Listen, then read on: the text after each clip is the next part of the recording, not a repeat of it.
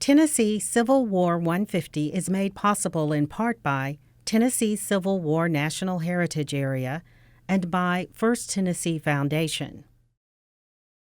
Steal away home.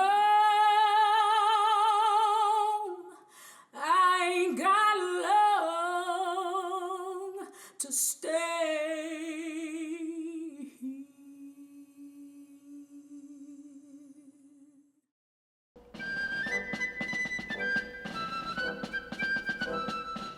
One month before General Lee's surrender at Appomattox and the end of the Civil War, a crowd gathered in front of our nation's capital for the second inauguration of President Abraham Lincoln. Lincoln, a Republican, had chosen Southern Democrat Andrew Johnson as his vice president, symbolizing the approaching restoration of the Union. Johnson, a former senator and slave owner from Tennessee, had spent the last 3 years as the state's military governor.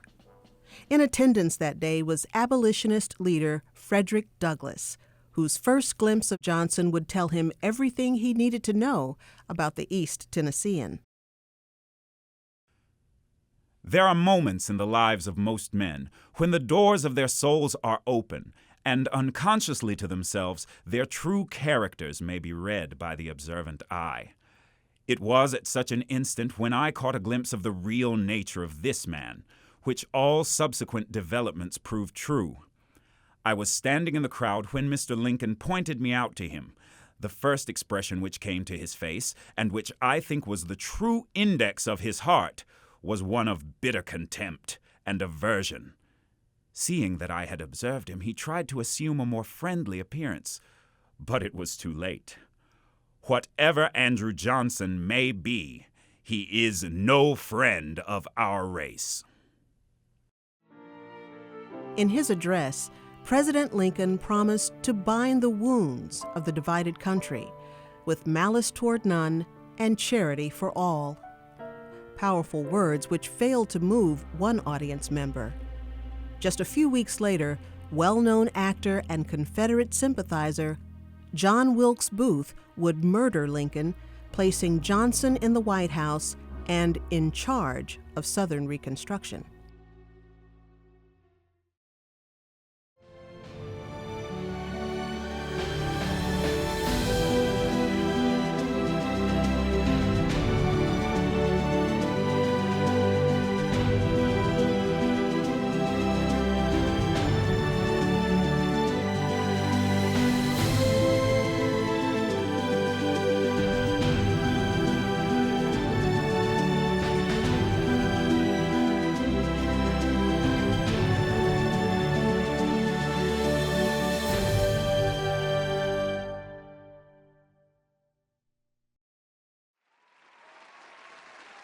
I will be your Moses and lead you through the Red Sea of war and bondage to a fairer future of liberty and peace.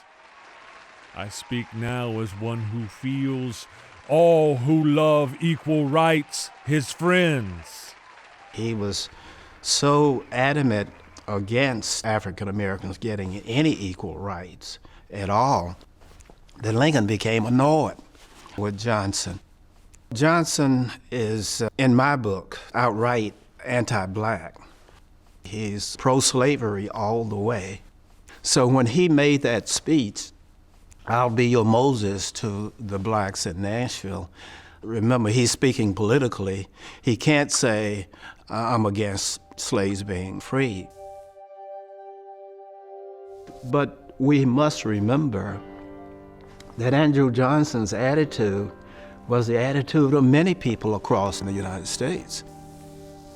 As one writer said, you could legislate laws, but you can't legislate people's hearts.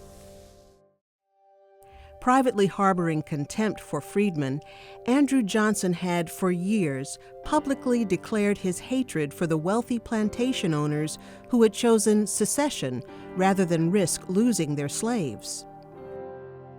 Robbery is a crime. Rape is a crime. Treason is a crime, and crime must be punished. When Johnson becomes the president of the United States, the radical Republicans believe they have someone we can work with in Johnson. They've had issues with President Lincoln. Lincoln has been a roadblock in the path of radical Reconstruction in the South. Johnson's on record, "I am your Moses," to the Tennessee freed people. His statements of punishing traitors in the South. Little did they know that Johnson would be much worse than Abraham Lincoln. Andrew Johnson was part of the slaveocracy. He wasn't a major plantation owner, but he owned slaves. Their world was based on that premise. So much of it, not just political power, but their culture, their own identity. So that's hard to move away from. When he gets to the presidency, blacks go to see him. Frederick Douglass, 6 or 7 are black delegation, and they visit Johnson, and Johnson is sitting there looking all mean and mad because these Negroes would dare, come and question him about, what are you going to do about black Reconstruction? We think blacks ought to have equal rights, and they also ought to have the suffrage, that is, the right to vote. And Johnson looks at them and says, well, we're not going to uplift the black man before we uplift poor whites in this country. And he's particularly angry when the issue comes about giving blacks equal citizenship, because he's arguing, well, we've got all these whites coming in as immigrants, and they were pouring in, who've got to wait 7 years before they can become a citizen. And you're asking the country just to grandfather in 4.5 million slaves and free Negroes, and they don't have to do anything, they just automatically become citizens. So he was totally against that, and Johnson would try all he could to impede that. Douglass interrupts him. Johnson is angry. He said, well, we see where the president stands, so we'll go to the people. And Johnson says, well, you go to the people. I understand the people too, he's very angry. And so after that, black Reconstruction is going to be different, because blacks are going to have to go around Johnson, and they're going to go directly to Congress. After Douglass and the black delegation left, Johnson says to one of his colleagues, that so-and-so Frederick Douglass, he would as well cut a white man's throat as anything. So Johnson was determined that they were not gonna rise faster than the poor white man rose.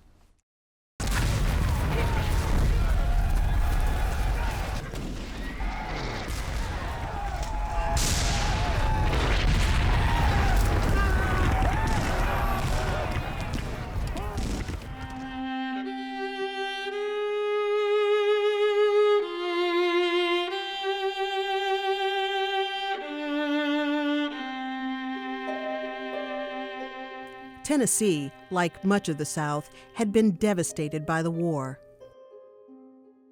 Farms and homes had been pillaged by foraging armies. Infrastructure had been destroyed. Thousands of fathers and sons would not be returning home, while thousands more would never be the same. Shaken to its very foundation, the Southern economy, based primarily on the enslavement of millions of African Americans, had been crushed, and difficult questions arose from the ruins.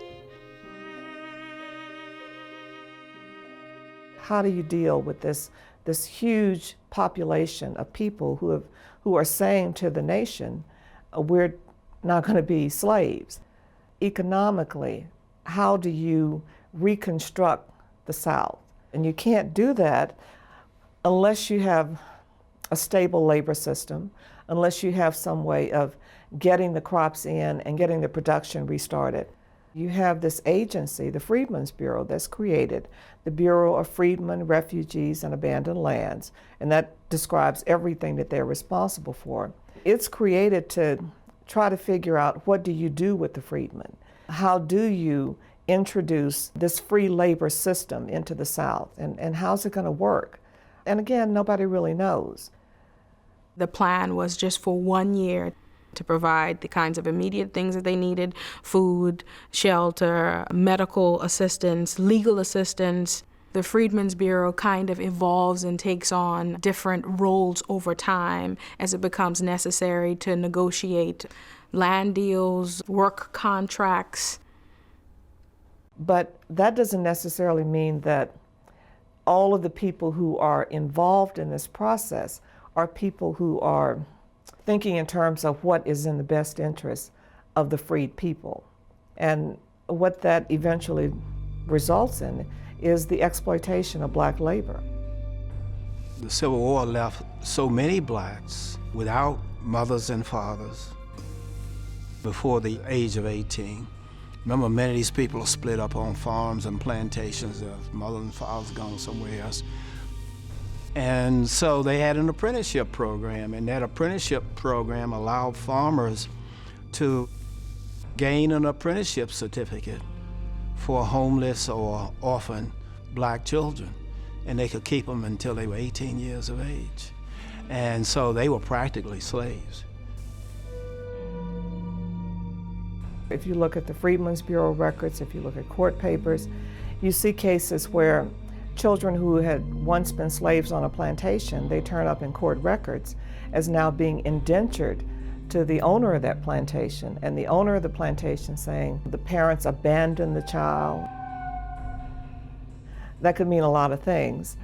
You see some cases in Memphis, again, where fathers return from the military to discover that their children have been indentured to their former owners. You see women who have no other way of supporting themselves other than remaining in the countryside. And even if they come to the city, that's no guarantee that they'll be able to remain in the city. Many of them were forced back to the rural countryside.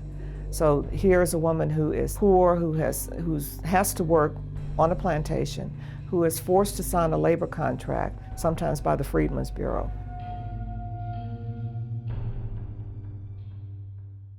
Far from perfect, the Freedmen's Bureau was understaffed and underfunded, but managed to ease the transition to freedom in a number of ways. Perhaps its most enduring gift to Black America was the establishment of schools. The newly freedmen really wanted education. They had a thirst and a desire that was unparalleled up until that time. Some of the first institutions that develop are the schools and the churches within these communities. People valued education as a way of getting ahead, as a way of preparing them for the future, as a way of maybe making sure that the life that you're going to live in the future is not the life that you've lived for so long. We shall be heard before Congress and before the legislature. We want the rights guaranteed by the infinite architect. For these rights we labor. For them we will die. We have gained one, the uniform. We want 2 more boxes besides the cartridge box, the ballot and the jury box. We shall gain them. One thing that really propelled the quick formation of political organizations among African Americans, people forget that there were free blacks in numbers in Tennessee before the Civil War. Now, they weren't in huge numbers, just in the hundreds, but that gave you some basis to start thinking politically. These people had been thinking politically. They had been their own independent actors. These weren't guys being led by someone. They knew what they wanted to accomplish as new citizens of the United States. As freedmen demanded new rights, former masters lamented the loss of theirs. Ex-Confederates, the overwhelming majority of Tennessee voters, had been disfranchised, effectively banning rebel soldiers and sympathizers from the electoral process. During the war, Confederates had made the lives of anti-secessionists a living hell. Now the Unionists, hungry for revenge, were in control of state government. no one was surprised when they chose a sharp-tongued East Tennessee preacher turned newspaper owner to become governor. William Ganaway Brownlow earned his nickname, the Fighting Parson, through years of scathing editorials aimed at secessionists, his old political foe, Andrew Johnson, and anyone else who disagreed with him. Imprisoned and later forced to leave the state by Confederate authorities, Brownlow was widely considered the most hated man in Tennessee. The best way to characterize William Brownlow's governing style in Tennessee is to look at his newspaper. When Brownlow returned to Knoxville with the Union Army in August 1863, he quickly reset up his newspaper. And when his first paper rode off the press in November '63, it was now titled Brownlow's Knoxville Whig and Rebel Ventilator, which reflected his editorial strategy. Let them be punished. Let them be impoverished. Let them be slain. After slain, let them be damned. The Civil War and Reconstruction in Tennessee is a story that's rich in irony. Tennessee was exempted from Lincoln's Emancipation Proclamation out of fear that it would collapse the Unionist coalition because of the abolishment of slavery, which was very unpopular among many Unionists. And yet, Tennessee was the first among the Confederate states to abolish the institution of slavery, nearly 7 weeks before the collapse of the Confederacy. There was no controversy in Tennessee about going ahead and freeing the slaves in early 1865. The problem became for Tennessee, now that the war is over, how do we come back together? The ex-Confederates cannot vote, but in the State House you have two different groups of Unionists. You have the radicals who want to punish the ex-Confederates for all of the damage of the war and make sure that they are never allowed to return to power. And then you have these conservative Unionists who are determined to put the war behind them and bring the state back together as peacefully as possible. The conservative Unionists felt like these people were our neighbors, the war is over and done with, we freed the slaves, let us bring our state back together. So you began seeing a tremendous tension between Governor Brownlow and some of the more conservative members of the Tennessee General Assembly. Tensions stretched far beyond the confines of the capital. Former rebels, furious about the rising power of radical Unionists and former slaves, resorted to the same type of guerrilla vigilantism common during the war. Several terrorist bands formed across the South. However, none would achieve the size or infamy of the Ku Klux Klan. Formed in Pulaski, Tennessee by 6 former Confederate officers, the Klan would grow in numbers and ferocity as freedmen attained more rights. They were hell-bent on targeting radicals, whether they were white or black. They're usually seen as targeting blacks. But they also targeted white radicals, assassinated a Tennessee senator, Senator Case. But night riders weren't the only source of violence. Racial tension increased across the state as freedmen crowded into urban areas. In May 1866, the simmer came to a boil in Memphis.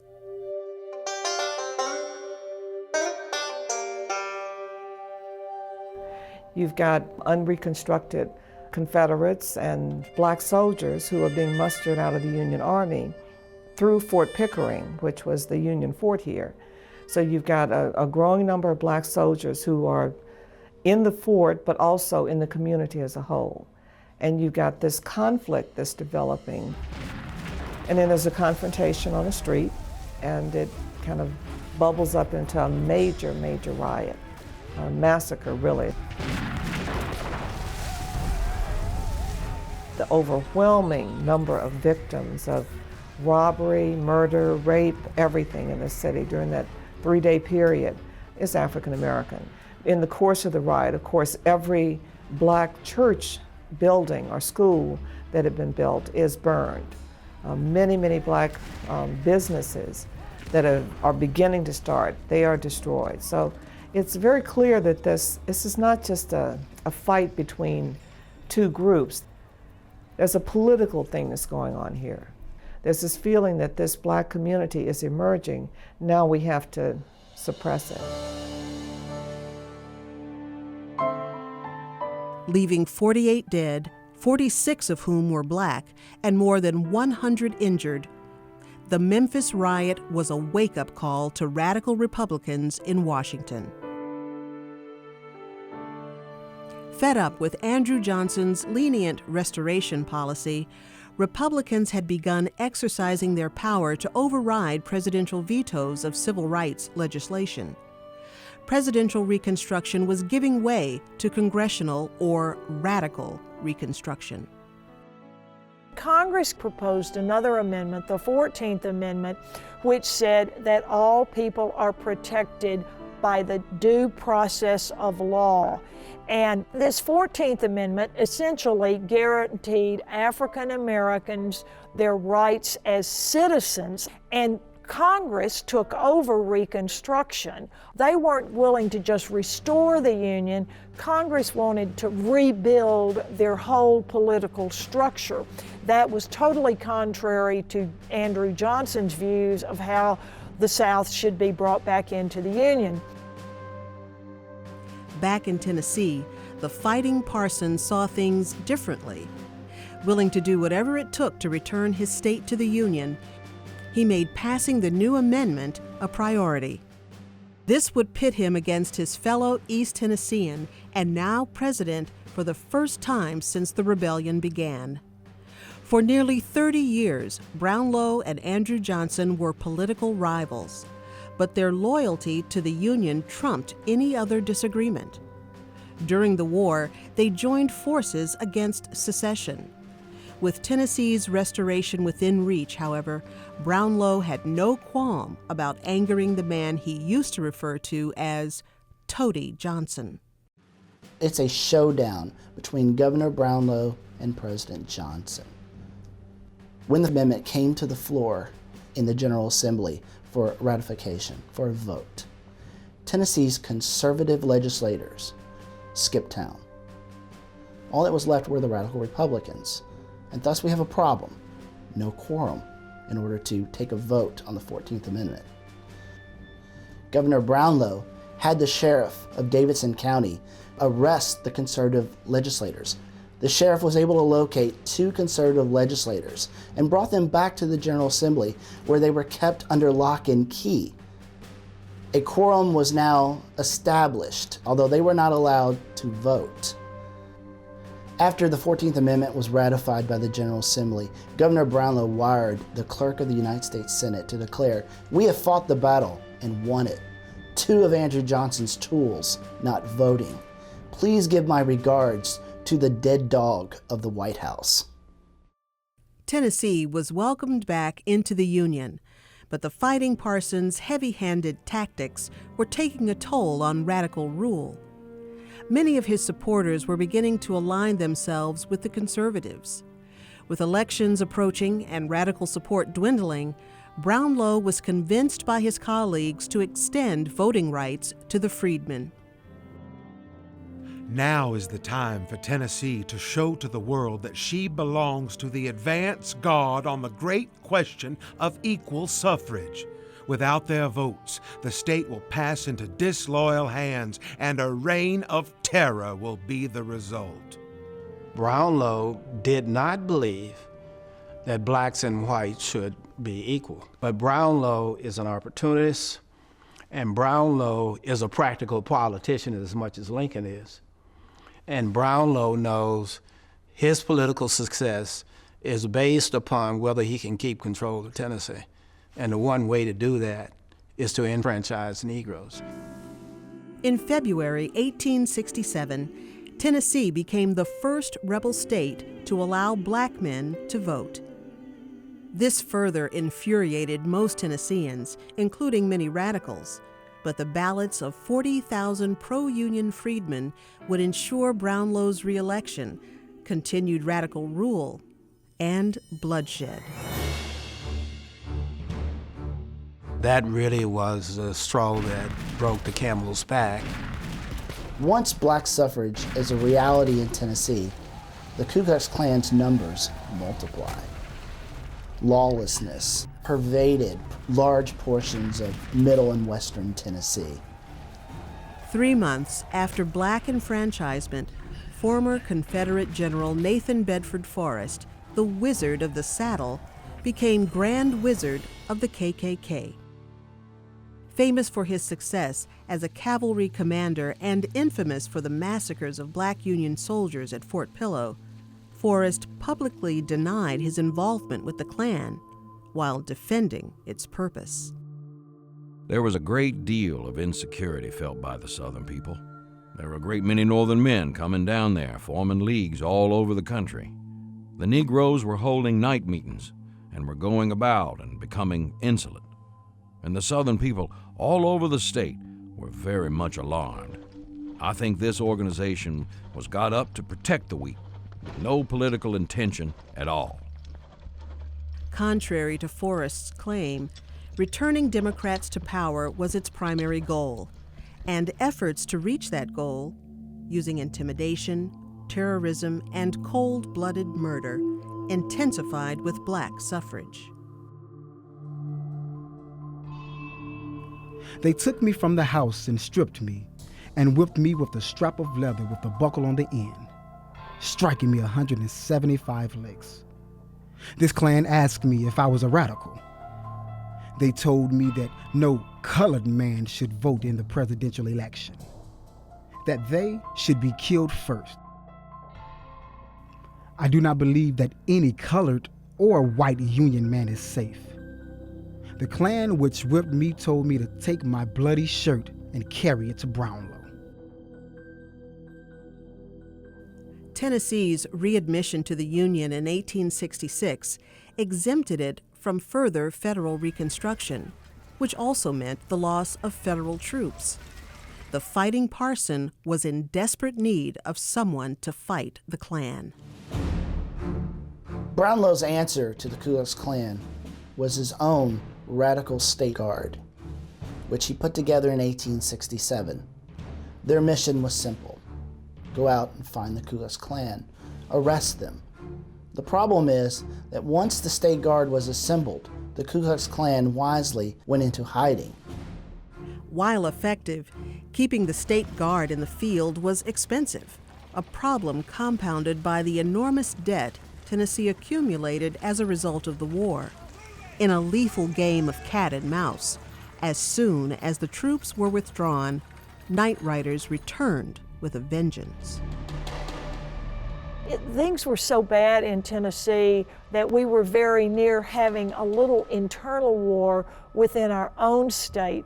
The situation here was so bad with the Klan's harassment of freedmen and indirect harassment of Governor Brownlow that John McCormick Lee, a very conservative unionist, went to Washington and met with President Johnson, saying the fact that Brownlow refuses to let any of the ex-Confederates vote is creating a very volatile situation. President Johnson was unable to step in by that point. He had his own personal problems to contend with in Washington. This is one of the last great battles with slavery.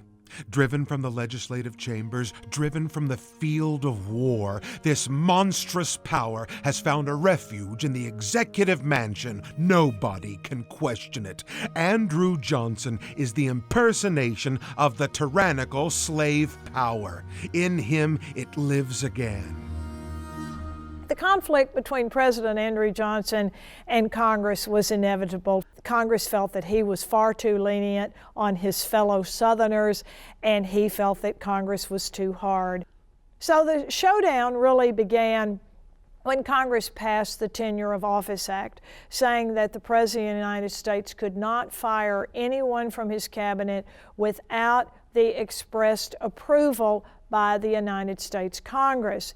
And Johnson had been at odds throughout his presidency with his Secretary of War, Edwin Stanton, and Johnson fired him. So the House of Representatives promptly drew up impeachment charges against President Johnson for violation of the Tenure of Office Act.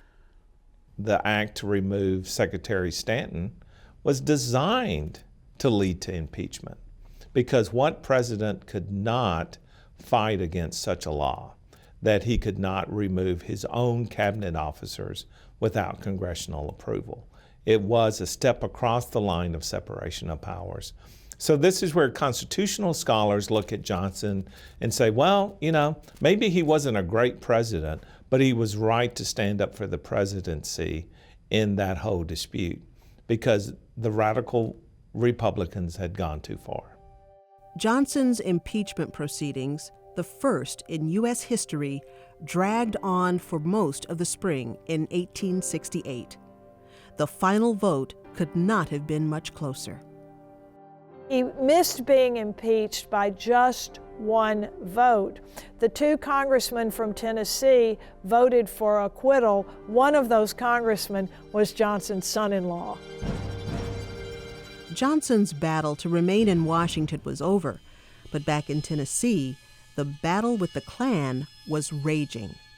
Reports of violent raids across the state led Governor Brownlow to reassemble his militia. The Fighting Parsons' orders to exterminate the KKK were met with threats of all-out war from the wizard himself. If they go hunting down and shooting these men, there will be war, and a bloodier one than we've ever witnessed. I have told these radicals what they might expect in such an event. I have no powder to burn killing Negroes. I intend to kill the radicals. And if trouble should break out, not one of them would be left alive. In spite of death threats, Brownlow redeployed the militia, sending the Night Riders temporarily back into the shadows. Midway through his second term as governor, the Fighting Parsons set his sights on a new goal: transitioning to the national political arena as a U.S. Senator. Brownlow's shift to the Senate shocked a lot of people because, well, he had fought so hard as governor and he'd said he was willing to give his life for the cause and taken such radical steps himself. But I think he could see the handwriting on the wall. His own support within the Republican Party in Tennessee had faded because of some of his extra-constitutional actions. Also, I think he understood that maybe the federal government was not worried about Tennessee. They had southern states with bigger issues than Tennessee at that time. So the General Assembly was quite happy to elect him to that position, and our Speaker of the Senate, DeWitt Center, became governor of Tennessee. The new Republican governor took the reins of a party that was tearing itself apart. Governor Center, a moderate, watched helplessly as radical Unionists, which included the Freedmen, and conservative factions, who were rebel sympathizers, became further polarized. As Center's campaign for re-election geared up, the infighting erupted in May of 1869 at the Republican Convention in Nashville. Tennessee's radical Republicans became the laughingstock as these reports of delegates throwing punches, pistols being drawn. News of the mayhem would pale in comparison to reaction of Governor Center's address to the convention. After discussing his vision for a post-Civil War Tennessee, Center then turned to the issue of the day and dropped a political bomb as he announced that he was now in favor of universal suffrage, extending the right to vote to the former Confederates. He needs the conservatives in order to beat the radicals. That's the key to winning the governorship in Tennessee. And here we get the process of Center ensuring his election. He begins removing Brownlow-appointed commissioners of registration. One of Center's appointees is John P. Bogner, who has a checkered past. He is Acknowledged as a Unionist during the Civil War, but he's also known for having Confederate sympathies as well. You start getting letters from people in Shelby County to Governor Center saying this guy is a Confederate. And what's he doing? He's giving the right to vote not only to conservatives, but he's also giving the right to vote to former Confederates. And that's what started happening with these conservative commissioners. They started extending the right to vote to the former Confederates, and we get William versus Bogner. And in the Supreme Court, a court of Brownlow appointed justices, they find in favor of Governor Center. Center, as governor, has a right to appoint his own officials. This was a power that Brownlow and Brownlow's legislature had given Brownlow. So not only is Center using the election machinery that radical Republicans created for Brownlow, he's also using powers that Brownlow's legislators gave him. Once Williams versus Bogner comes down in favor of Center, we begin to see a wholesale removal of any remaining Brownlow-appointed commissioners of registration. And so now we see Tennessee Confederates flocking to the Commissioner of Registration's office for a certificate. And there are reports coming into Center that there are as many as 1,000 to 2,000 rebels getting certificates a day. Governor Center had opened a political Pandora's box, and former rebels swarmed the polls on Election Day. The rebels are jubilant, insolent, and overbearing. The elections in this end of the state will all be carried by force and fraud for Center. What is to become of us? Even after the August 1869 election, when Governor Center is reelected and Reconstruction is collapsing in Tennessee, Tennessee radicals don't give up hope. They still believe that the Republicans in Congress in Washington will overturn this election. They believe President Grant will invalidate the election returns. And so we have a race to Washington right after the election. But President Grant can't be found in Washington. He's in New York City. And so when the Tennessee radicals leave Washington to go up to New York City to have a conversation with President Grant to see what the president can do, will he intervene in Tennessee? Who do they find there? Governor Center has already arrived in New York City, and he's having a conversation with the President Grant. In this private closed-door meeting with the president, Center reassures Grant that Tennessee has been thoroughly reconstructed, that there was no election fraud in Tennessee. There are no more rebels in Tennessee.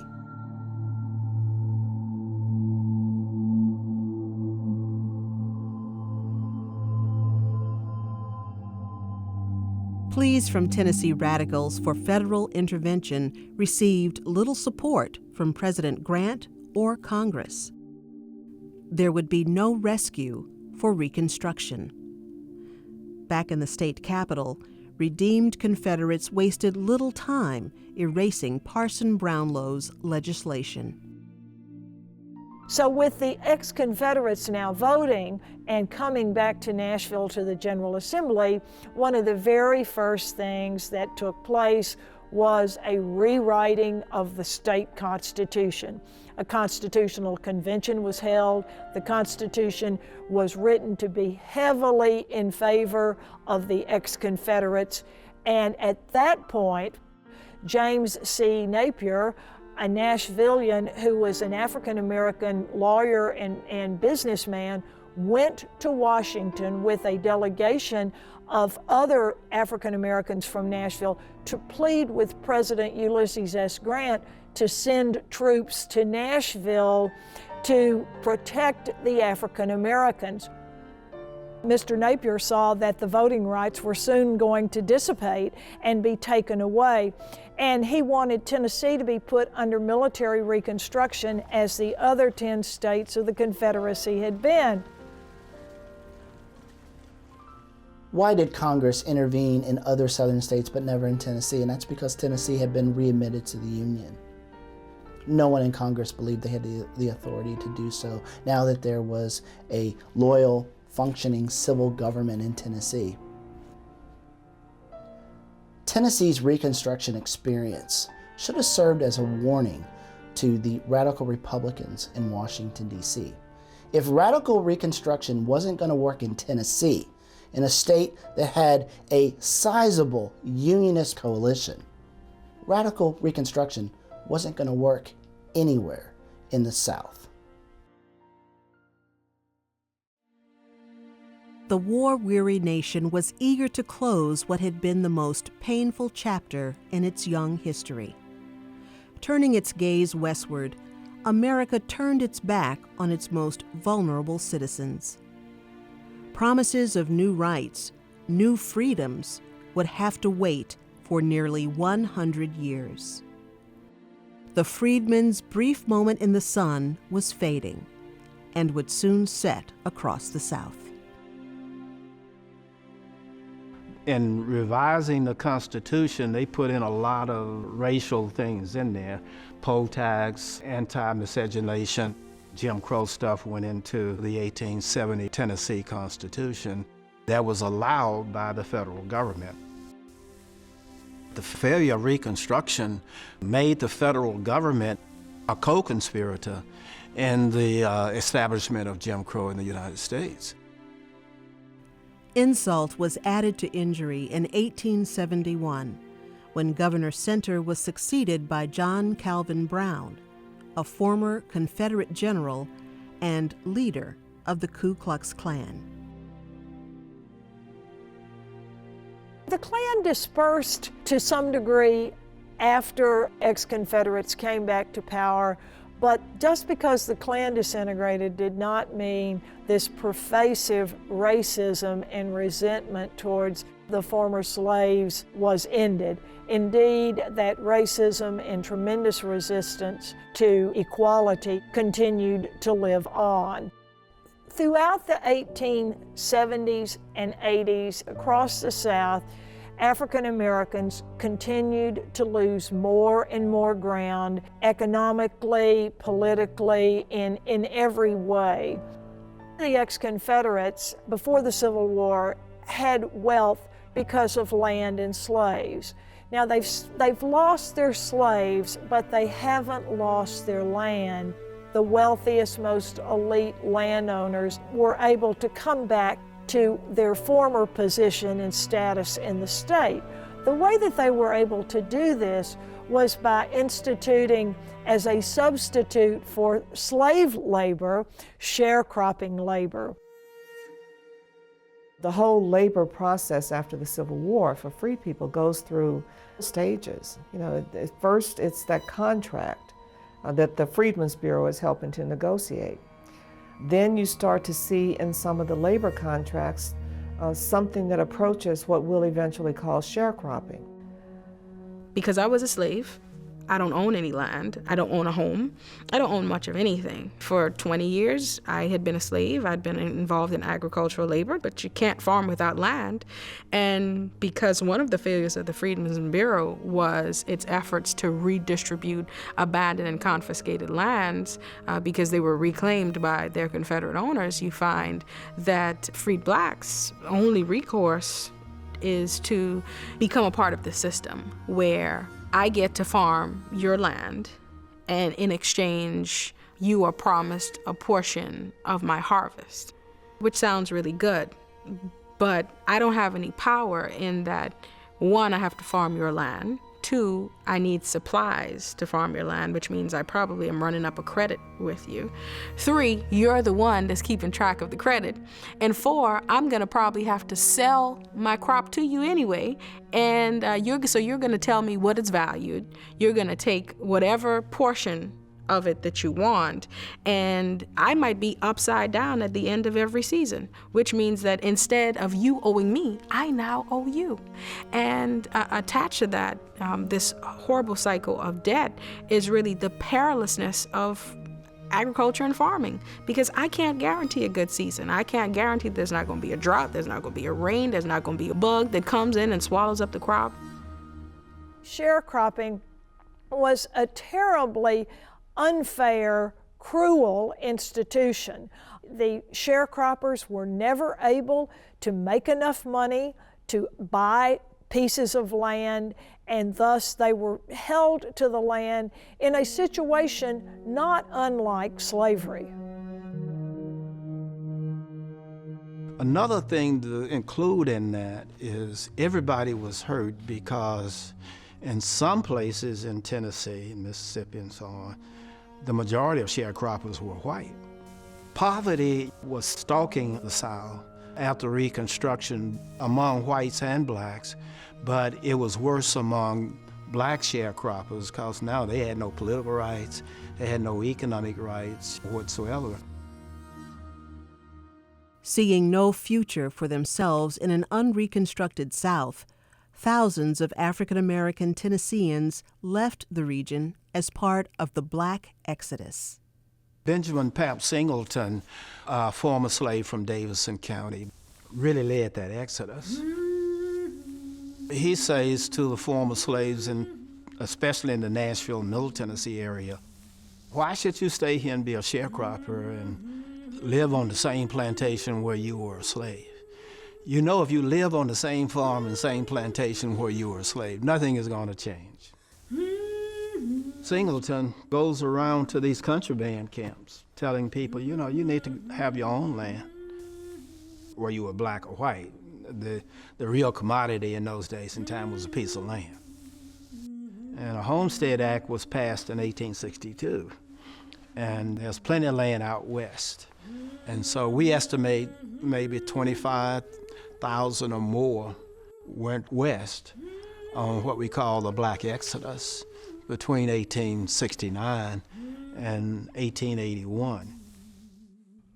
Thousands of colored people, unable to endure the intolerable hardships, injustice, and suffering inflicted upon them by a class of Democrats in the South, had, in utter despair, fled panic-stricken from their homes and sought protection among strangers in a strange land. Thousands more were congregating along the banks of the Mississippi, hailing the passing steamers and imploring them for a passage to the land of freedom, where the rights of citizens are respected and honest toil rewarded by honest compensation. The very air was burdened with the cry of distress from American citizens flying from persecutions which they could no longer endure. The federal government did a very poor job in supporting the Black Exodus. In fact, they had a congressional hearing, and they were opposed to it. They were finding ways to stop blacks from going into Kansas and into Oklahoma and into Nebraska and Iowa and those places where you could get free land, because whites were objecting. We don't want any competition, and now you're going to send 4 million slaves out here to be homesteaders. We regard this attempt to transfer a people without means and without intelligence from the homes of their nativity as injurious to the people of the South and injurious to the black people themselves. All the attempts of legislation, inflammatory appeals of politicians and newspapers, the misdirected philanthropy of certain classes of citizens, and all other influences to disturb the equanimity of the colored people of the South and to make them discontented with their position, are doing them an incalculable injury, to say nothing of pecuniary losses inflicted upon Southern communities. Congress, having enacted all the legislation for the benefit of the colored people of the South which it can enact, place these people upon a footing of perfect equality before the law. The sooner they are taught to know that their true interest is promoted by cultivating the friendship of their white neighbors instead of their enmity, the sooner they will gain that friendship. And once fully attained, there is nothing to bar the way to their speedy civilization and advancement in wealth and prosperity. They should have supported it rather than opposed it. And if more African Americans could have been independent, and that is by being landowners, then the post-Reconstruction history probably would have turned out differently.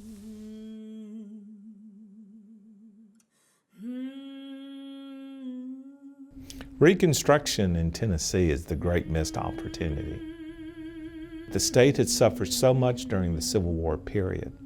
We all know the major battles. We all know the hundreds of thousands who were affected directly by the war. It just scarred families for generations. They did have a chance to maybe envision a different future and to move forward, but the state wasn't ready for it, just like the nation wasn't ready for it, because that would have called for really thinking about what white supremacy meant in a former slave society, and people were not ready to go that way.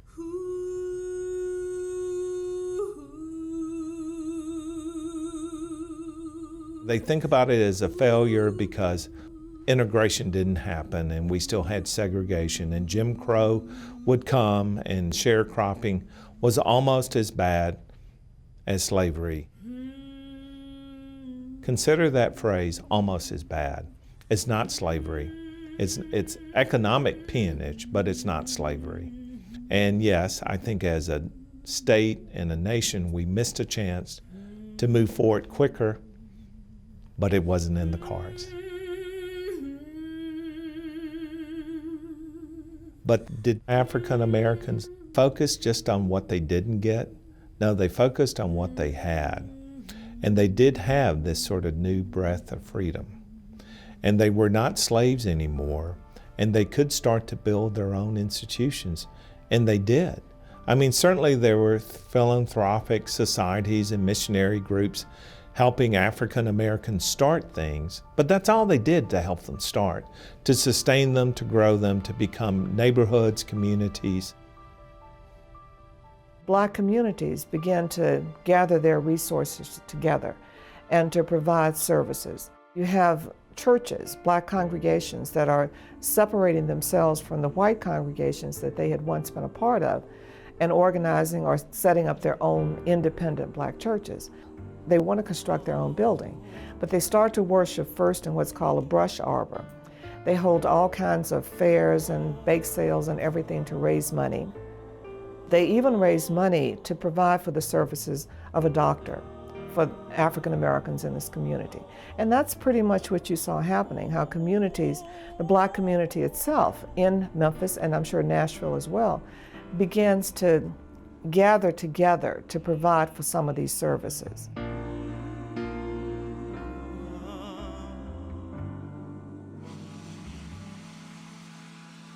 I always look to the community of Orange Mound, Tennessee. Now, folks who lived there in Orange Mound in 1860s, they weren't even a person. They were 3/5 of a person according to the Constitution. In 1870, well, they were a person now with freedom, maybe not full civil rights at all, but opportunity. And by 1890, they had built there in Memphis the state's first all African American neighborhood, designed by African Americans, lived in by African Americans who were not renters, they were homeowners. They had started down that path. Now, what a transition for those individuals in 1860 who were 3/5 of a person. They were now a property owner. It's amazing that in spite of every adversity, which seems like every single block being stacked up against you, that there are blacks who come out of this period who are able to create a world for themselves, to create opportunities for their families.